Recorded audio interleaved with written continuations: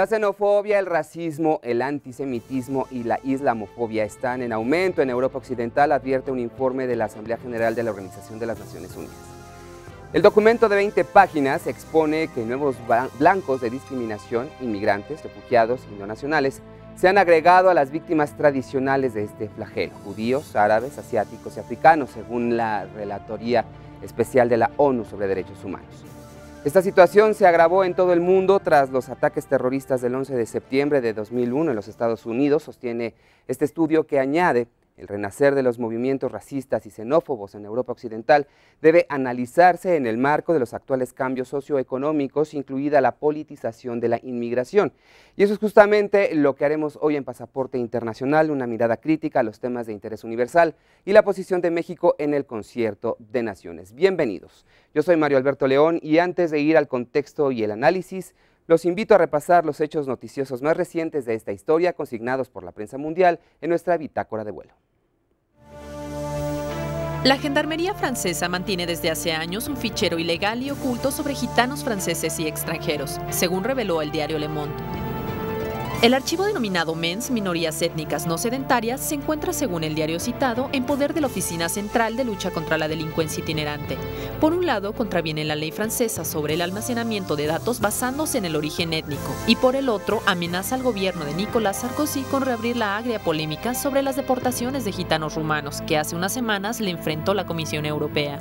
El presidente francés Nicolas Sarkozy se reunió la semana pasada con el Papa Benedicto XVI en una audiencia considerada como un intento por mejorar las relaciones con los católicos, luego de las controversiales medidas contra los gitanos.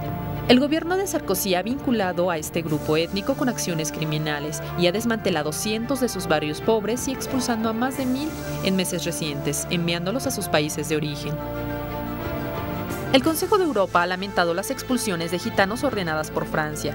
Y es que el gobierno de Sarkozy ignoró la resolución del Parlamento Europeo que pidió la suspensión inmediata de las expulsiones. Incluso consideró escandalosas las declaraciones de la comisaria europea Viviane Reding, que comparó la política de expulsión de gitanos con las deportaciones de la Segunda Guerra Mundial.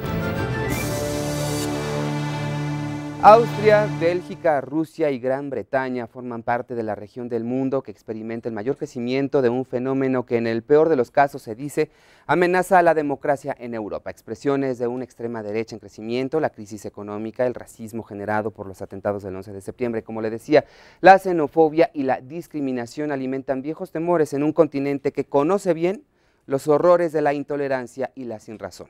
Otras naciones en la lista son España, Italia e, irónicamente, la madre de la libertad, la fraternidad y la igualdad, Francia.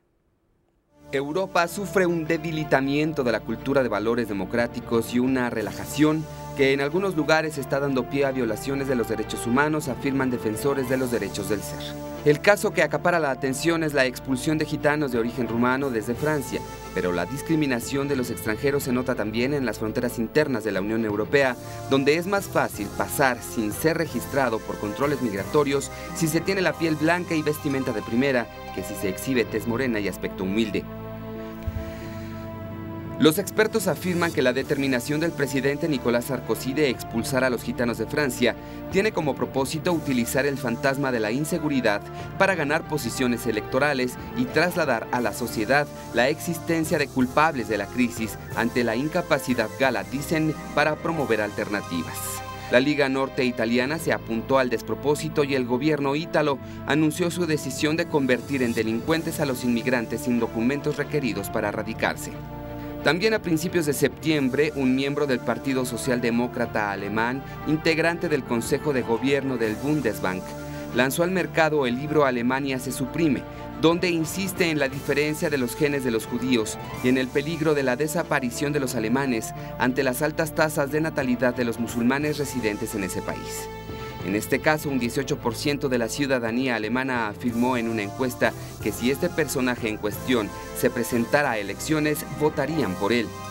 Y la decisión de España, que además de endurecer el control de ingreso al país, bajará su presupuesto para atender la inmigración de 445 millones de dólares este año a 373 millones de dólares en 2011, son algunos ejemplos. Igualmente, el sondeo denominado Actitud hacia la inmigración demostró que un 18.3% de los españoles creía que un grupo político de ideología racista o xenófoba tendría mucha más o bastante aceptación en España. Esta cadena de hechos racistas y xenófobos coincidentes no son fruto de la casualidad. Desde hace ya algunos años, tanto el Consejo de Europa como la Asamblea General de la Organización de las Naciones Unidas han venido anunciando cómo la xenofobia, el racismo, el antisemitismo y la islamofobia se han adueñado de la Europa occidental. También el pasado 13 de septiembre, la cumbre de Oslo advertía de las enormes tensiones sociales que está propiciando el desempleo.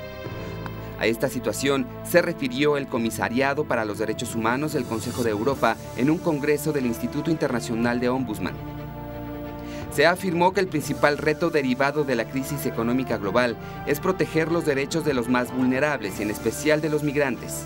El comisariado agregó que en Europa hay dos asignaturas pendientes que deben encararse cuanto antes. 1. Abrir las puertas a más solicitantes de asilo y 2. Frenar el extremismo discriminatorio. En este cuadro general, el Instituto Internacional de Ombudsman sostiene que la labor de los defensores se está tornando cada vez más difícil por culpa de una creciente aceptación popular de ideas xenófobas y por la entrada de grupos de extrema derecha en los parlamentos.